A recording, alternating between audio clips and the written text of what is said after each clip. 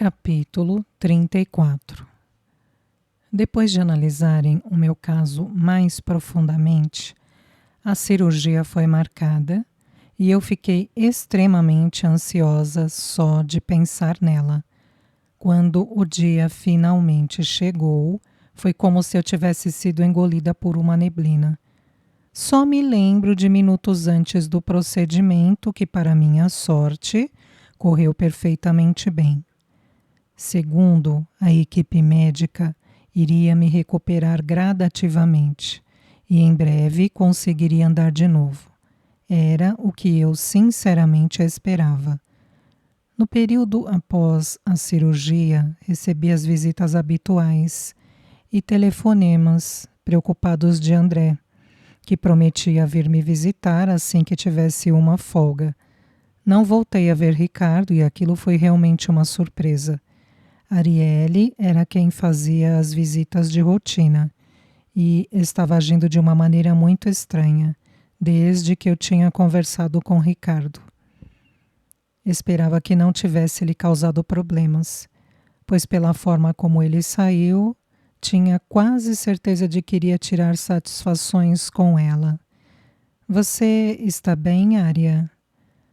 Perguntei em uma visita noturna, por conta do ar misterioso que ela trazia ao rosto. Neste dia, ela havia tirado a faixa da minha cabeça e, pelo que tudo indicava, eu teria alta em breve. A notícia me deixou alegre, mas o tom de Arielle não.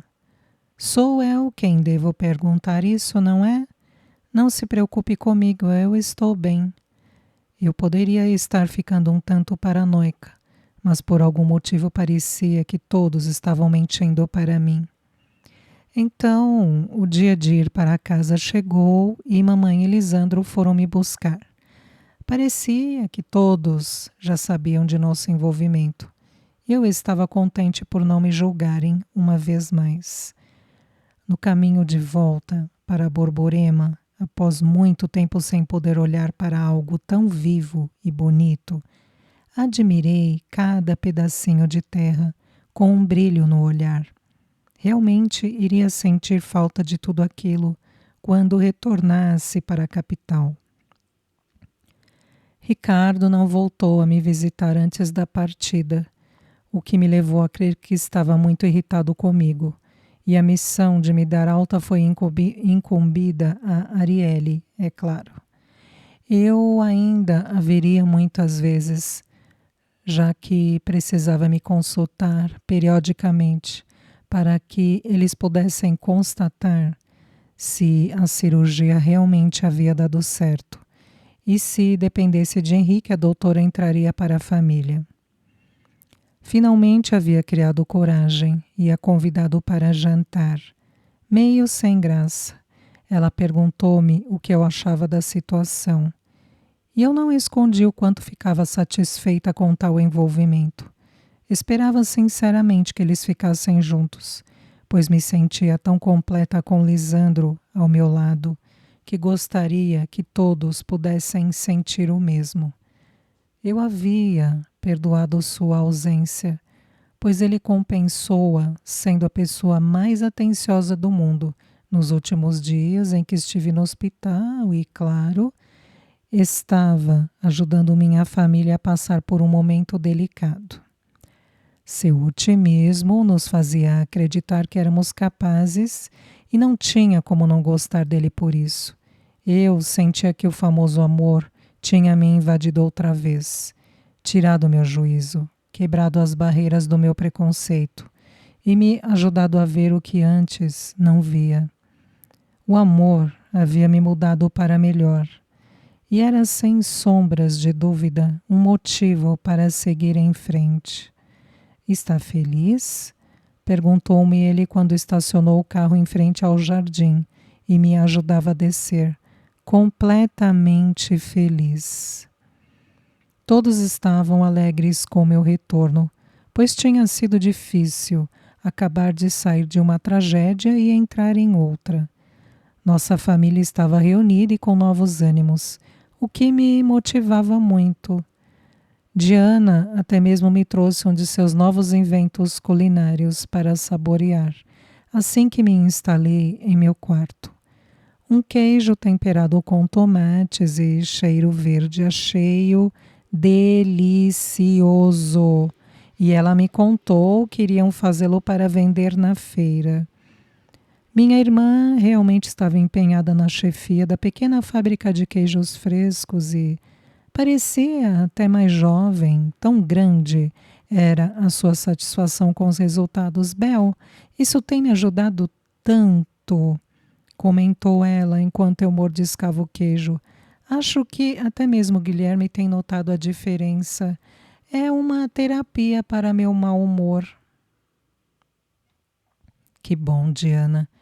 Fico contente em te ver tão animada. Não tivemos tempo para mais nada. O quarto foi invadido por meus sobrinhos, que entraram correndo ainda de uniformes escolares. Era final de junho e as férias do meio do ano estavam próximas. Acreditei que tamanha agitação se devia a este fato, mas me enganei. Mamãe, mamãe, chamou Maria Antonieta de maneira estridente. É verdade que vamos voltar para a nossa casa? É verdade, mãe. Diego parecia ansioso pela resposta de Diana, e ela sorriu para os filhos com ternura estampada no olhar. É verdade, meus lindinhos. As duas crianças começaram a gritar de felicidade. E logo Guilherme atravessou a porta do quarto, esbaforido. Seus danadinhos, falei para me esperarem, proferiu ele em tom de reprovação. E eu fiquei olhando para ambos com um ponto de interrogação estampado na face. Quando decidiram isso? Perguntei. Ontem, Bel, disse Diana sem cerimônias. Achamos que está na hora de voltar para nossa casa. É claro que gostamos daqui, mas temos nossa vida, sabe? Fica mais perto para as crianças estudarem e para Guilherme trabalhar. Mas e os seus queijos? Eu virei para a fazenda todos os dias. Não pretendo abandonar o que comecei, mas queremos ir para casa, porque acreditamos que já está tudo entrando nos eixos. Pedro já foi há algum tempo e eu e Guilherme precisamos também. Vocês que ainda estão solteiros ficarão aqui com mamãe, por isso não me preocupo com ela. Entenda, Anabel, nós precisamos disso. Dessa vez foi Guilherme quem se afastou. E eu, a princípio, não entendi sua colocação. Eu e Diana adoramos viver aqui na fazenda. Mas temos nossa casa e nossos filhos para cuidar. Acho que será melhor para nós, se é que me entende. Percebi que ele não iria entrar em detalhes porque os filhos estavam presentes. Então apenas sorri e admirei-os por tomarem tal decisão. Diana e Guilherme formavam um belo casal e ele era um homem maravilhoso. Esteve ao lado de nossa família quando precisamos. Amparou minha irmã e agora gostaria de tomar as rédeas do casamento, a fim de não deixá-lo cair na mesmice do dia a dia. Acho que essa casa vai ficar bem vazia sem vocês, disse deixando um sorriso se apossar dos meus lábios. Deixei o pratinho com o queijo no criado mudo e abracei meus sobrinhos, que já haviam se empoleirado em minha cama. Maria era linda. Eu adorava alisar os seus cabelos. E Diego, carinhoso e gentil.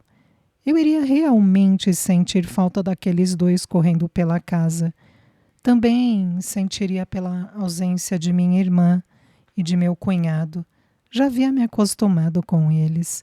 Eram partes de nossa rotina e, desde que eu e Diana nos entendemos, tudo havia ficado melhor. Mas Guilherme estava certo, eles precisavam seguir o próprio caminho.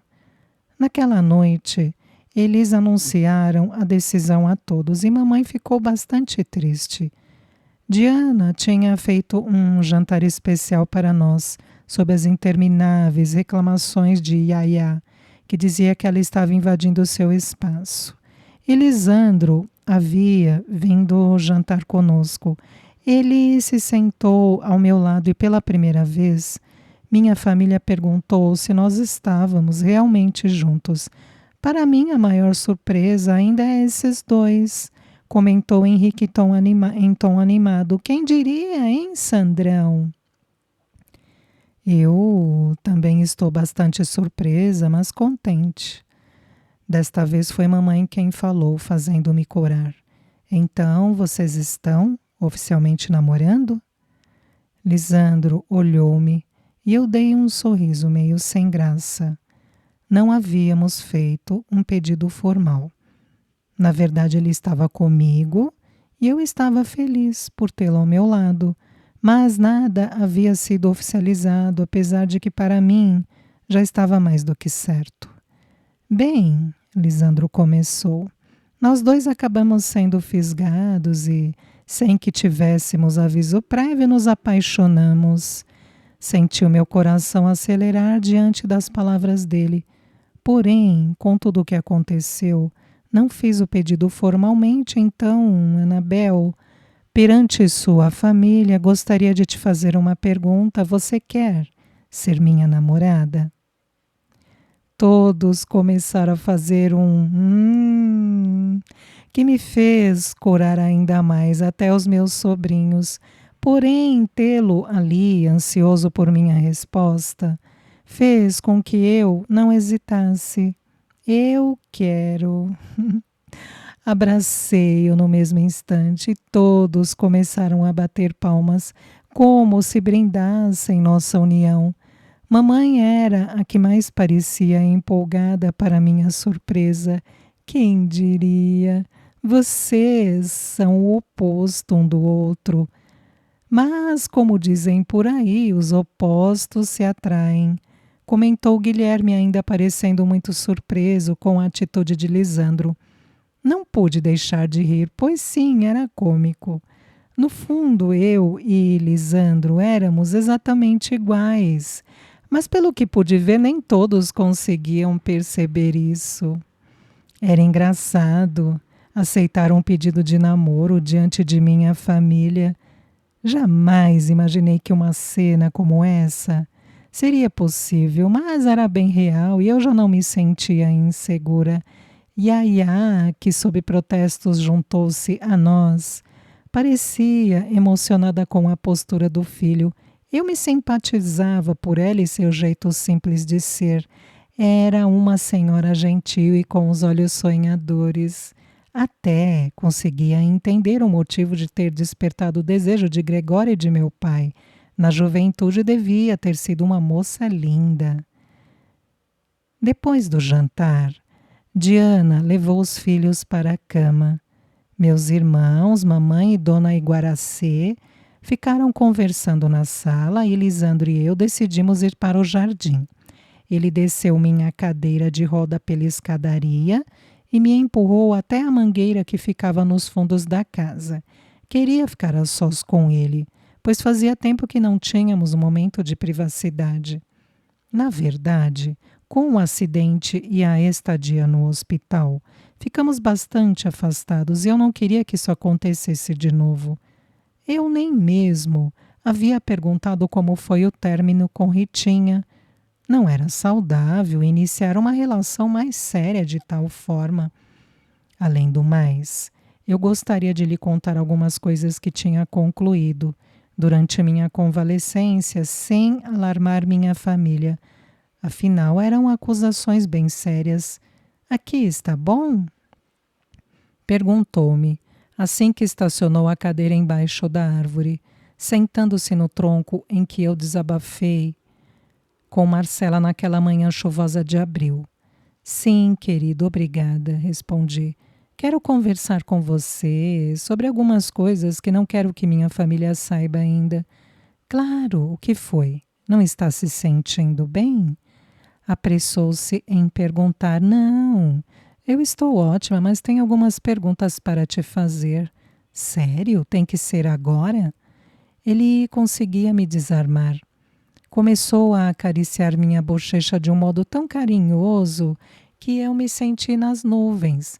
Mas tentei voltar a mim o mais rápido possível. Como foi a reação da Rita quando contou a ela sobre nós? Bom, ele hesitou, como era de se esperar.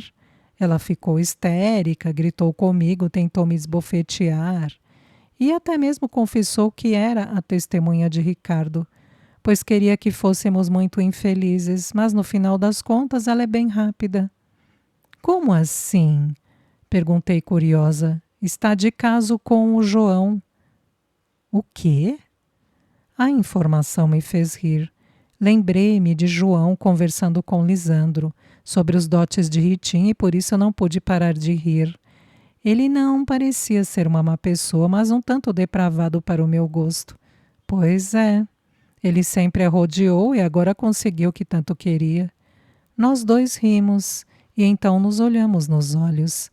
Senti uma vontade imensa de beijá-lo, mas ainda havia perguntas a fazer. Bem, desejo felicidade aos dois, disse animada, mas há algo mais que preciso te perguntar, sim? Você sabe de algum tipo de jogatina aqui pela região, tipo jogos de azar? Lisandro franziu o senho e pareceu extremamente confuso com a minha pergunta. Não, mas por que a pergunta? É que... Hesitei. Queria me lembrar das palavras exatas de Gregório para poder dizer a Lisandro. Quando fui à casa de Gregório antes do acidente, ele me contou como meu pai se afundou tanto em dívidas e ele mencionou isso, jogos de azar. Não acha que ele disse isso apenas para te provocar? Perguntou-me ele em tom sério. Era só mencionar seu pai, que ele ficava tenso. Na hora pensei que sim, mas agora acredito que essa é a única explicação plausível para o gasto de tanto dinheiro, sério. São valores muito altos. Acho que eu vou trabalhar a minha vida toda e nunca terei tanto. Era verdade. Apesar de ganhar bem no escritório, não dava para se juntar 2 milhões em um segundo. Nós não temos esse dinheiro. Sei que conseguimos reunir os 30%, mas e o restante? Nem que passemos a pão e água iremos conseguir pagar isso tão rápido. E você tem que concordar comigo. Eu sei. Já passamos com a água no peito para conseguir pagar a primeira parcela e a segunda se aproxima, comentou ele desanimado. Então agora presta atenção, porque eu tenho uma suspeita que começou a se formar na minha cabeça já faz algum tempo e pode parecer meio absurda. Mas estou disposta a tudo para tentar provar que estou certa. Ele me olhou surpreso e disse baixo, como assim, Bel? O Gregório está metido nesses jogos de azar. Disso não tenho dúvidas. Ele mesmo me disse. Mas até que ponto ele está metido? Lisandro ficou me olhando confuso sem entender o que eu queria dizer. Pense, e se ele for mais do que um apostador? Você acha que ele pode ser o dono da jogatina? Perguntou por fim, encarando-me seriamente. E por que não? Olha só. Há uns 30 anos atrás, meu pai era o homem mais rico de toda a cidade, certo? Ele meneou a cabeça positivamente. E Gregório era um próspero comerciante que abria sua pequena empresa de café torrado, certo? Mais uma vez ele meneou a cabeça em afirmação. De repente, Gregório começou a subir na vida. O café Grãos de Ouro começou a ser bem aceito pela população. E ele ficou absurdamente rico. E meu pai se afundou a ponto de ter que emprestar dinheiro dele. Nesse ponto da história temos uma lacuna, Lisandro, você me entende? Você acha que o dinheiro dele não veio só da fábrica de café? Bati as mãos entusiasmada por ele acompanhar meu raciocínio. Exatamente. Lembro-me que quando você nos disse que o pai devia ao Gregório, Pedro disse algo parecido com aquele homem não vale nada. Se puder extorquir até o último centavo de quem lhe deve, ele o faz.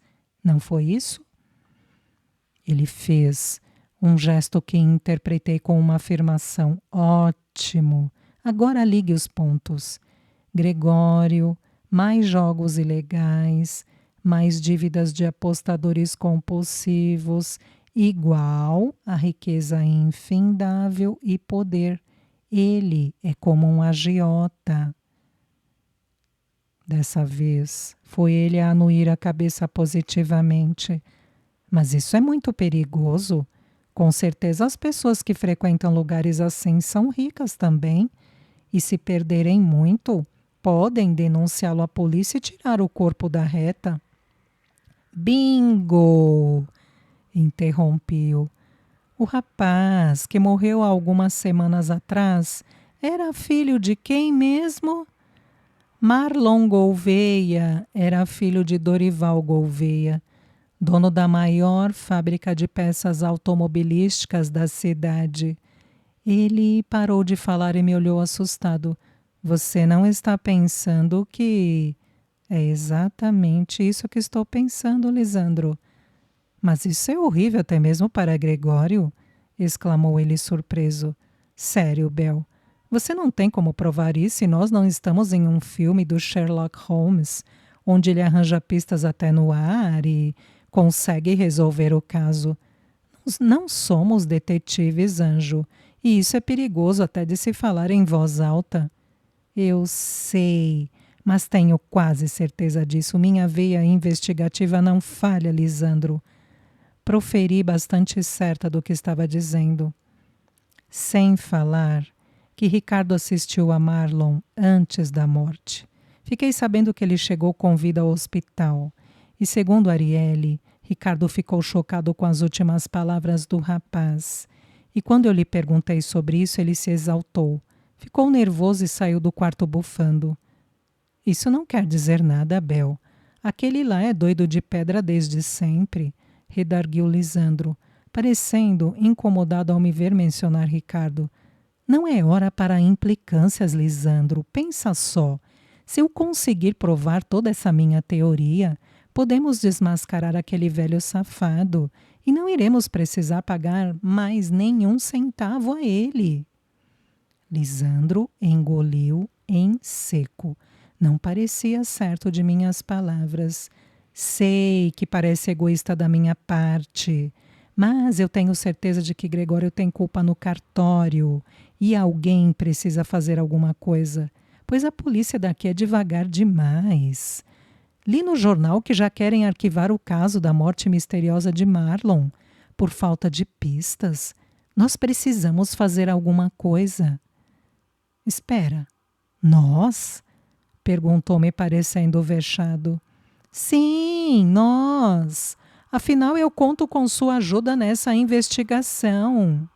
Você é louca, Anabel, mas vou fazer o possível para te ajudar. Obrigada, respondi, pegando suas mãos e apertando-as junto à minha.